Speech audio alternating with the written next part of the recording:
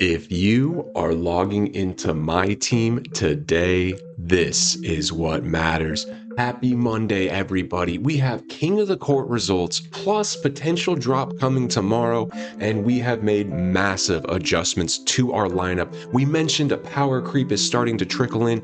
We decided to liquidate some huge cards just to be safe, but the lineup's still looking quite elite. Let's dive into it and see what matters today. As far as new challenges, rinse and repeat, guys. We have a new college player challenge. I'm not even going to try. Miss O'Neill from Florida. I'd recommend you get this done for sure. It is a free player, upgrader to the Galaxy Opal. Get yourself a free Hall of Fame badge. From this challenge, you're getting a 7-9 center, a free Dark Matter, and 40 Hall of Fame badges. Definitely worth it. Low-hanging fruit. For the daily challenges, same as usual, prioritize these. Get your free 5,000 MT. We will play multiplayer at some point today, so make sure to get that done.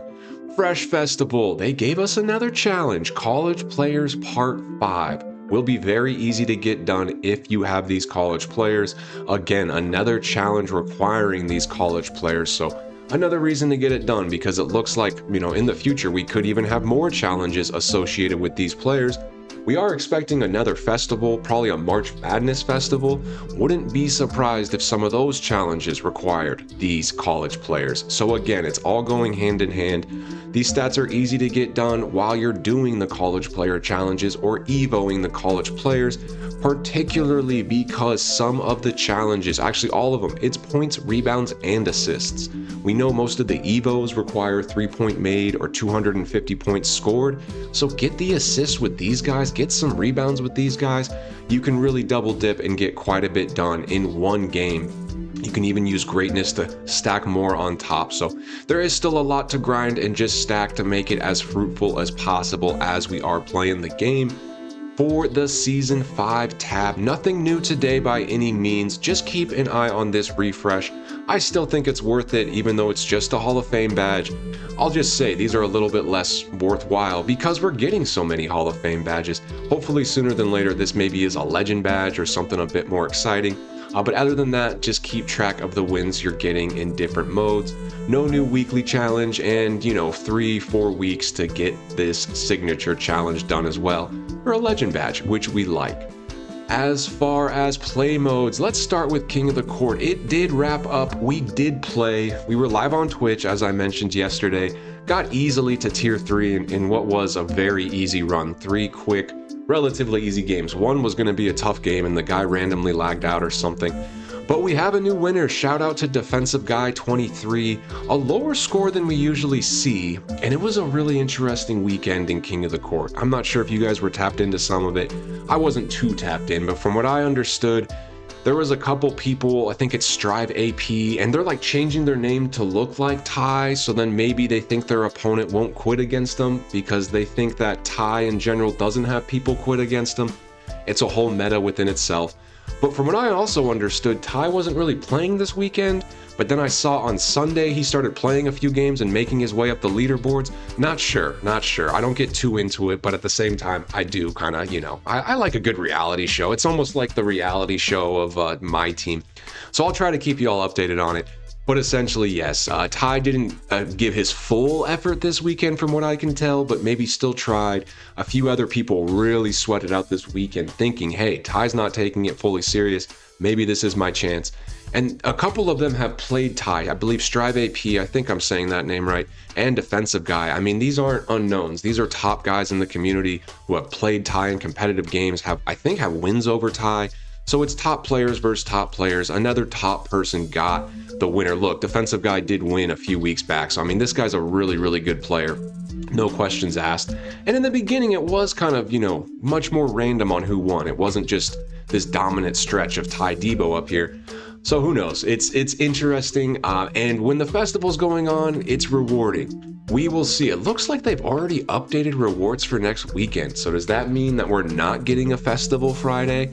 I would think so. I think this is a clue to say that this festival ends Friday. They won't start a new one this week, but then the following week will be the March Madness Festival, and people are already talking about how it could be massive. And supposedly there's been leaks. I mean, you got to take it with a grain of salt, but supposedly there's been leaks that they say this March Madness Festival will be huge, and a lot of the players that we've seen, have random, shots in the game. Like we've seen a Draymond Green, we've seen a Cameron Boozer. A lot of people are thinking maybe 100 overall Kevin Durant is coming. I mean, if he was shooting guard eligible, it would kind of be on pace. They just released 100 overall point guard Cooper Flagg, a card that would be equivalent to that type of card as far as, impact would be 100 overall shooting guard Kevin Durant. That would be an absolutely insane card. So that's my anticipation. This festival will end on Friday. We probably go 7 days with no festival. It's going to impact the market. It's going to be a good thing for the market. It's going to go up. We're going to be able to invest a little bit. These festivals kind of drive some prices down. So I'm not too mad at a 7-day break. Also, we don't have to grind a festival for 7 days. We can kind of take a beat and then get ready, because that March Madness Festival, and supposedly, and I agree, it could be very, very good and very, very big or great. Who knows? We'll see what it's going to end up looking like. As far as today in modes to play, it's the same as usual. Breakout is going to be great. We will work through some breakout boards, Evo college players. You get a festival piece, you get all the other rewards. If we're still chasing pieces, you've been competing in King of the Court, you got your Sunday Park streak yesterday, which we did. Shout out to the Discord. We had some great games, and then we kind of helped each other out a little bit. It was really nice. We all got the streak done, so that was really cool. Tap into the Discord. It's a great way to stay on top of things. I'll leave that link in the description here. But even today, even without the 100 overall piece in Triple Threat Park, getting a 5-game streak and getting a pink diamond, if you've been staying up on it, it will add up into a dark matter piece. And I mean, that is, technically 5% on your way to Rudy. I know it doesn't sound like much, but for people just doing everything they can to get as many pieces as possible, the park on your average Monday is one of the best places to do it. So if you're not in the park, then just keep on your normal grind of breakout. King of the Court's obviously closed. We are grinding Showdown. We are in Tier 2, and my goodness, the road to Tier 1 looks, I think daunting's the right word. That's one win right there. So I have a win, and I think I'm like 2-2 since joining this, but essentially when you lose, you go down a tier. Not a full tier, but you go down a notch. So that's just one notch, and I'm like counting up how many wins I think that's going to be. I think it's 14 or 15, so it's a lot because every loss knocks me down one. Did not realize the final stretch looked quite like this. So anyone in Div 1, I mean, they have to go through a huge freeway or desert, if you will, for a long pace, just on a pretty high win rate, because every loss moves you back one. It's not easy, but we will keep at it. I mean, if anything, we're ahead of pace, right? We started in Div 13. We're into Div 2. I got the rest of the season just to grind through this, and we're going to have some victory cards. Like, I already have 3 wins in the back pocket. I should get 3 more next week. So I'm like, if I can get within 6 wins of Div 1, we could technically just use these game changers to get there. I also have a win streak I can start, because that will be huge. If you get a 2x win streak, it will take me up 2 notches. It's going to be a fun grind, something we're still focused on. And I mean, the good news is I'm racking up a ton of wins. We're almost up to our season exchange piece, which is going to be awesome. And we'll see, like, once I hit that, but if I'm not in Tier 1, I still have incentive to kind of grind more wins, and maybe we do get to 100 or 125, just because I am having fun playing the mode, as sweaty as it is. And I mean, every matchup now that I'm in Div 2 seems to be one of 2 things. Either an amazing squad with, I've played Yao, I've played a team with Yao and KP, some really good guys. He was actually on the leaderboard. It's that Eggnog 4K TTV. He was live on stream, and I was actually popped into his to his Twitch. It was an interesting interaction. But yeah, we played a team like that with literally Yao and Porzingis and all these amazing teams. Most of these guys in the top here probably have, they're all money spent teams, but they're also really good at the game. So it's a lot of games like that.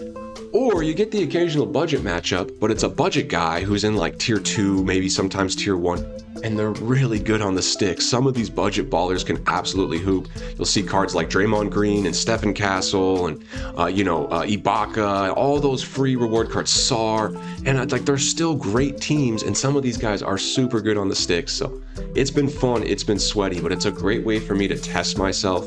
I do think Showdown, especially in the higher tiers, is probably the most competitive mode, really for you to test yourself against other top players, and just working your way up, you'll have a lot of interesting games along the way. So more and more, I'm shouting out, try out Showdown just because it's the best way to test out that lineup. And bit of a spoiler alert, we made some huge adjustments to the lineup. We'll dive into that in a second. But yeah, Showdown is like that final payoff. I mean, that and King of the Court, where you get to use that full lineup. That said, I do miss the park. On Sunday, it was so much fun talking with the boys and hopping on the mic in these quicker games. Park's a lot of fun, but you're just using 1 or maybe 3 cards, so we'll stay fluid. Next season, I'm not sure what my main grind will be. Probably either Showdown or Park, or maybe salary cap or team up. But for today, to bring it back to today, yeah, just grind what you're normally grinding. Of course, Park's going to be the most rewarding for pieces, but if you got a different main grind, feel free to do it. All-star team up included. No new domination quite yet. We haven't focused on salary cap just due to lack of rewards, but exhibitions we do every day. So go ahead and take care of these exhibitions. Low-hanging fruit, and you might be surprised just how rewarding some of these are. A lot of times I'm getting 1,000 to 2,000 MT, and I mean, it's 5 seconds of work. We might make 5,000 MT on 30 seconds of work in the auction house, but if I can make 2,000 MT in 5 seconds of work in an exhibition, I will take it for sure. Into the market, and on Monday there's usually nothing new in the actual pack market. Just keep your finger on the pulse. I mean, this video is getting out a little later than usual. Had a little work to do this morning, but it should be out around 2:30, 3 p.m. Central, so not long after they'll have leaks for tomorrow, whether it's super packs or a smaller set. I'm not really sure what they're going to do. They've done super packs 2 weeks in a row. Of course, that will have large implications on the amethyst market and things like that. But if they just do kind of a smaller set that's a little bit more rare, like when they did that set with all Galaxy Opals, I mean, they still put in the filler cards are going to be the amethyst and diamonds. So regardless, tomorrow I would expect some more amethyst, diamonds, and pink diamonds getting onto the market, and we can talk about some impact on that. I think it's still a fine day to day trade, but just realize we got to be a little strategic on some of the pickups. But the pack market itself, yes, this set is still here, definitely starting to settle. It will be in packs until Friday, so again, the floor is likely Thursday, Friday, Saturday. We've been pulling the trigger a little early on some of these floors. I really do think these cards, the cards that are in packs now, they really don't hit their floor until like Friday when the new packs come out. They're still a bit flooded, but people are almost trying to sell them to buy the new packs, it seems like. I was thinking Wednesday, Thursday was better, but I really am starting to see prices trickle down more that Friday and Saturday. So we're going to keep an eye on that when it comes to refresh. But as far as what I've been doing in the auction house, you saw the thumbnail yesterday. I mean, we sold so many cards. We sold, 20 more cards? Not quite, 19 cards last night as well. And some big ones, guys. We did decide to liquidate and change up the lineup. So before we do auction house analysis, let's just talk about these 2 major sales. We're moving away from Shai Gilgeous-Alexander. As much as I like that card and he is an elite card, I do think, more and more point guards are going to come out. And also, I am so close to level 40, and I actually really like the idea of Draymond Green being my point guard. He's a borderline elite point guard. He's completely free. I don't think it's a huge step back for me. I understand Shai can do a lot of things that Draymond can't, but when I really look at my play style and how I win, it's about defense and transition, and I'm not the best dribble maneuver. I'm not the best right stick guy. And I think I'm underusing Shai, honestly. I think he'd be better in another person's hands, and I think Draymond will be better in my hands. I think he just fits my play style a bit, and so we're going to go Draymond Green at the starting point guard as soon as we can. And I decided to make some purchases. If I'm freeing up the MT with Shai, let's add another defensive beast. We liked that Scotty card, but I wanted to get a card with his jump shot on quick or very quick, but I still wanted just an elite defender at the 2. So we picked up Ron Artest. Absolutely loved this card's pink diamond, and this dark matter is no joke. Definitely one of the best shooting guards in the game, particularly on the defensive side. And this is just what I need out of my 2 guard. I just want to have elite defense who can guard, whether I want him to guard Tom Chambers or if I want him to guard a starting point guard, whoever it is, we're going to have run our test. And we kept LeBron. I think he's going to be more of an offensive focal point for this team. And then we picked up a Chet, and I think we got a good deal. This guy is pretty much all Hoffs and legends, and we got him for $350, a 7'1 center with a 7'6 wingspan. The only thing that scares me about his attributes is the strength. It's low, and I kind of want to put a shoe strength on him, but he came with this shoe, so maybe we'll update it. But I think that was a good budget pickup. I mean, for 1 million MT, because we got run our test for 7, for 1 million MT, we picked up both of these cards, and then I just freed up 2 million MT by selling Shai and Scotty. So essentially we'll add 1 million MT to the bankroll, which should be closer to 8 now, and the lineup is still about a 2 million MT lineup.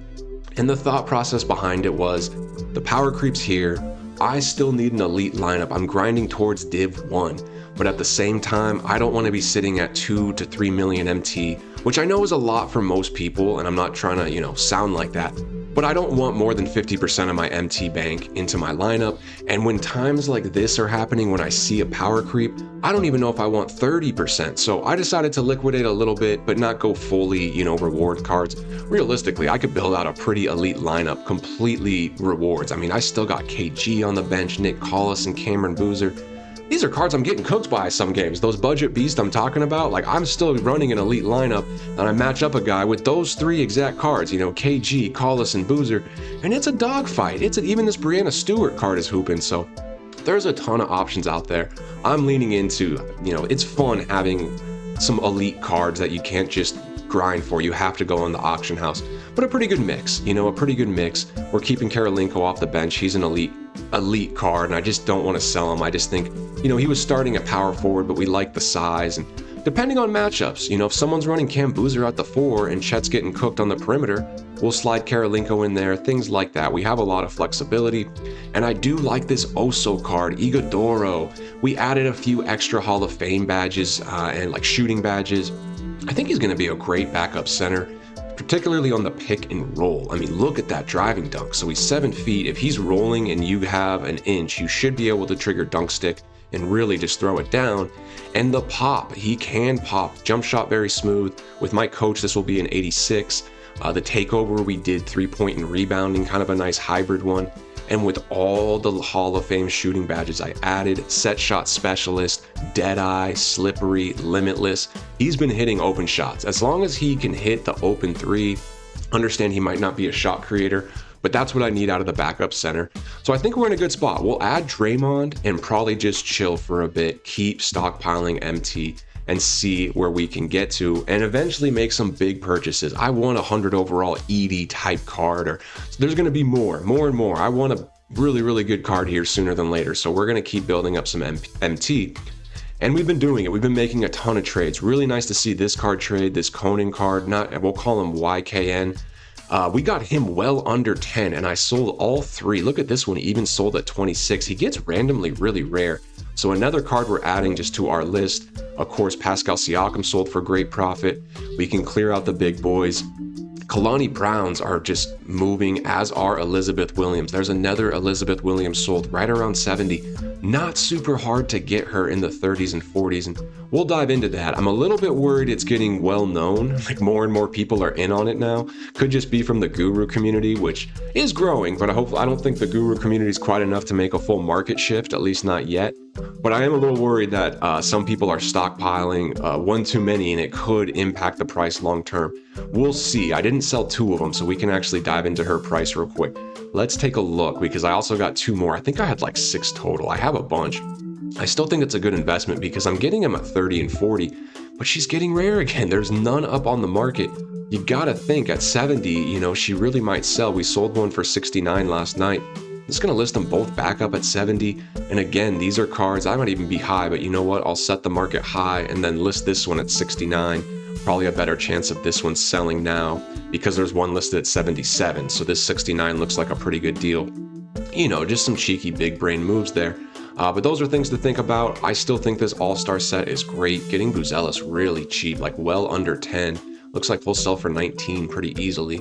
So that's going to be nice profit. I mean, it's just across the board.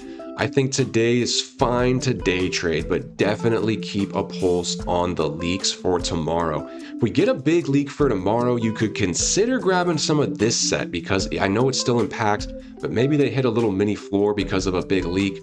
But I would still just focus on fresh, fabulous, and these past sets, and just be wary. I mean, if we get super packs tomorrow, it's going to be a huge opportunity for us. I think a lot of us have been making some nice MT. A lot of you guys are trading pink diamonds during these super packs. Probably smart. I'm really focused on the diamonds, but look, Asar Thompson's already this rare again. Do we remember how many were in super packs? I mean, getting him under 5K was super, super easy. And I think I've sold most of mine well over 10K. So that's a good example of a card. Dyson Daniels, Anthony Black, diamonds like that are going to be really good. But bump it up to pink diamonds. Amon Thompson, like tomorrow, he might get absolutely flooded. We can see on a normal day, he sells around 30. Tomorrow, wouldn't be surprised to get him well under 20. Maybe you got to hold for a few days. Let's just keep a pulse on that, see what different leaks come out. And tomorrow we'll have major updates. For today, I don't want to be like don't trade, but I would say trade a little with a little caution. I wouldn't want to carry a ton of inventory into tomorrow. I would maybe focus on a couple cards in particular. We mentioned Elizabeth Williams, again, one up. I actually do want to bid on this one. Let's go like 47. One up there. Let's check her refresh card, because we got to be careful. There is 2 versions. She might have 20 of these up. Definitely a bit more common. I actually outbid one I could buy now. Still not that many though. I still think this is fine. I won't outright buy any of these because I think I can maybe get cheaper on bid. I'm not worried that there's a few up for cheaper, especially all these are going to end in a couple hours and they're still in packs. I mean, we don't have to go too far back. Let's see. She was about 60 yesterday. It was Kalani Brown. Even though I sold one at 70, she's getting rare again. She got a bit common, and I think there is a Gallia. There she is. Yeah, she's getting really rare again. So even though she was at 60, I still think if you're patient, you can sell around 70. And hopefully we see that same pattern for this Galaxy Opal. For the pink diamonds, I would still wait. I think Ighodoro is going to keep going down. I bought too early on him. I bought him at like 50. Yeah, he's already down in the 30s. Let's wait for his floor. This is a really good card. People are going to want to use him. He's a budget beast. Even salary cap implications, you know, long term, like in June, people still might want this card for their salary cap teams.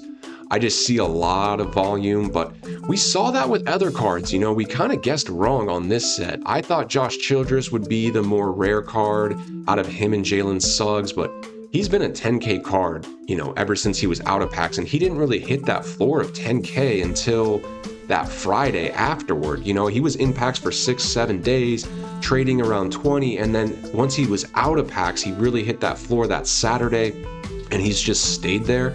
Where Suggs hit a floor of impacts like below 20, he's just been more consistent. Also, what's random, and I mean, this could be a, you know, tinfoil hat moment. There was so many more Suggs than Josh Childress up during when these guys were actually in packs, but now Suggs is so much more rare. So I'm curious, like, were some of those Suggs just put into the market? I don't know. I'm not making that claim. I'm just curious, like, where did all the Suggs go? Because now he is much more rare than Josh Childress. But when he was in packs, he was so much more common. And I don't know, when I look at this Ighodoro card, I'm like, there is so many of this guy right now. But in 2 weeks, will he be as rare as Jalen Suggs? Maybe. We'll monitor, guys. We'll monitor. That's one of the fun things about this channel. We can just keep a tab on things. But some of these pink diamonds are really good. More than just Ighodoro. I think this Quinton Post, you know, some people might want to run him. He is on the Warriors, which is like a big fan base. So, you know, that can factor into things. But he has some real nice stats. Great 3-pointer. Let's see, 7 feet tall. You know, a card that once again, like, you can understand why a card like this might hold a little value. He's usable. He's a 7-foot big that can shoot.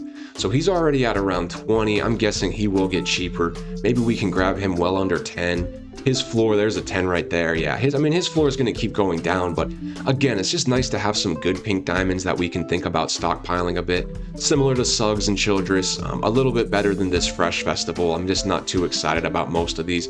Though I've heard this Keon Ellis is quite nice. I know we got him from the Kings team, and I like him a lot.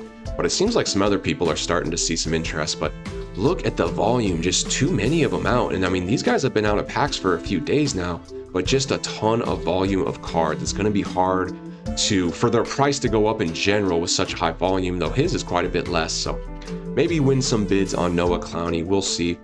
But again, for today, I would just keep on the day trading, monitor a few things.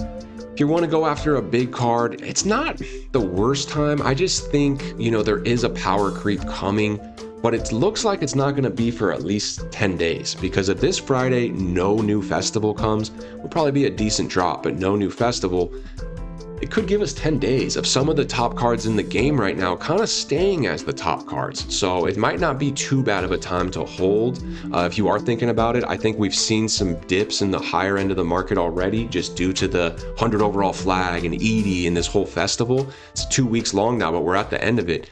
So we should see some stability, and then we might not see another large impact for about 10 days. When that March Madness festival comes, there will be an impact. It could be a ton of new cards in the game. We've seen the impact, when they did All-Star, they released 71 cards. Right around that time, they also released like 80 new cards of greatness. They've been kind of on top of it, and then recently they just released 60 new cards between the festival, actually 90, between the festival, the refresh, and the fresh, though some of these are duplicates, it's like 60 to 80 new cards within the last 10 days. But with no new festival, we have a little time, but then again, they might drop another 60, 70 cards on us. It's just that time of year where new cards keep coming out. 100 overalls are going to become more and more common. It's just kind of a fact of life. So keep your lineup fluid. I would recommend having at least a little MT base right now. If you're really invested in the festival and you're kind of chasing Rudy and you're finding yourself a few pieces short, I get it. It's not ideal. I would still wait to actually open packs if you're, going to be 1 to 2 short, because we just don't know how they're going to finish this thing out. It does seem like it might not be a ton of actual dark matter or 100 overall pieces. It might just be Galaxy Opal, but we just don't know. We have Tuesday, Wednesday, Thursday. That is 3 days of potential drops. They could drop anywhere from nothing to essentially a 100 overall piece, which I don't think they will because they haven't done it all festival, but it's still a possibility. So for the exchange, and we can talk about it briefly, I would just hold. We still have a ton of gold pieces. We won't go through and upgrade all my gold pieces. I would still hold. I think I've made the decision that I'm not going to get Okafor. I just don't think he moves the needle for me. It doesn't look like I'm going to get Rudy unless, 2K pulls a miracle out of the hat or something. And I wouldn't get Jamal either. So we will likely go badges. Probably the first festival, I'm just going to resign and just do fully badges and the 2 pink diamonds that I want down here. Maybe some legend badges. I do love the idea of risking it for the 99 premium. And if you guys really want me to open this pack on video, I will. Like, drop down below. If we get enough comments, like if we get 5 comments saying, hey, open the 99 overall premium. First time I've ever called out a number of specific comments. And I do appreciate all the comments, guys. If we get 5 specific comments that say you should open the 99 overall premium pack, I'll do it. I have the pieces. We will get it done. We got 2 Sunday Park win streaks plus just my other dark matters I've been grinding. But if that doesn't happen and we don't get to Rudy, we will probably just do legend badges. Probably do legend badges, maybe some other random packs, and get some pink diamonds. And you can make the argument, hey, that's a little underwhelming. And maybe it is. But if I get 15 free legend badges for just casually grinding a festival, like realistically, this last 10 days, I've been focused on Showdown. If you look at my Showdown wins, I went from tier 3 to tier 2. Like, Showdown has been my grind. I made a point to do a couple of Sunday Park streaks, made a point to play a few King of the Court games, and I just took this really low-hanging fruit of these fresh festival challenges, which are so easy to get done, and I might get 15 free legend badges. It doesn't sound like it. To me, that actually sounds amazing. So yeah, I understand this festival wasn't necessarily a home run in the sense of like, I added SAR to my lineup. SAR is still an insane card. That Battlegrounds festival was huge. People are still running Terry, still running SAR. You could say like that festival just impacted people's lineups a bit more than this festival. Fair point and true. But we still got a ton from this festival, and it sounds like an even bigger festival is coming, one where we may get an opportunity to get a card equal to SAR or Terry, a card we can't even think of right now. What if it was 100 overall Magic Johnson we could get out of the festival? Probably not at all, but it's just what if, and then I could have 15 legend badges to add to my next elite reward card. Imagine if I added 15 legend badges to SAR right when I got him. I probably wouldn't do it now because, he's been playing for so long, and I don't know, eventually we'll replace him. So now it might not be the best opportunity. But if I get a brand new festival card in 10 days from now or whatever, and add 15 legend badges to him, he might play for a really, really long time. So still a W in my opinion for the festival, just maybe not quite as fruitful as some of the past festivals, but that's okay. Not every festival needs to be a home run. We need singles and doubles too, we need all sorts of different stuff. But in theory, yeah, hopefully you've had a good one, and if you got Sunday Park Streak done and some King of the Court stuff done, y'all got options. And if you want to take the chance, go for the 99 premium. I'm on Reddit, I'm on X. Some people are like, this pack is juiced. I don't think this pack is juiced. I think maybe it has decent odds. I still think you have a pretty good chance of getting a Brunson or a Maxey, a card like that. But of course, some good cards have been popping out of here. We've seen the videos or the post, if you have or haven't, with LeBron and some, Giannis's. They do happen. So it could be fun, man. If taking the risk is fun for you, then have fun. That's how I look at it. But if playing it a bit safe and just making sure you get a lot of rewards, the badges might be the best chance, or maybe just grabbing a power forward if you really need that for your lineup. But I think Okafor should be doable, pretty no money spent. Like, I've been pretty casually grinding. I have 6 Dark Matter pieces with my 3 100 overalls. Plus, that's 7. Do I have 8? So even Okafor might be a little tough, but if you made it to tier 2 of King of the Court, then Okafor should definitely be within reach. So either way, keep stacking for now and just get as much as you can out of the exchange. With that, I hope everybody does have a great Monday. For today, you're in a good spot. Try to get this college player challenge done.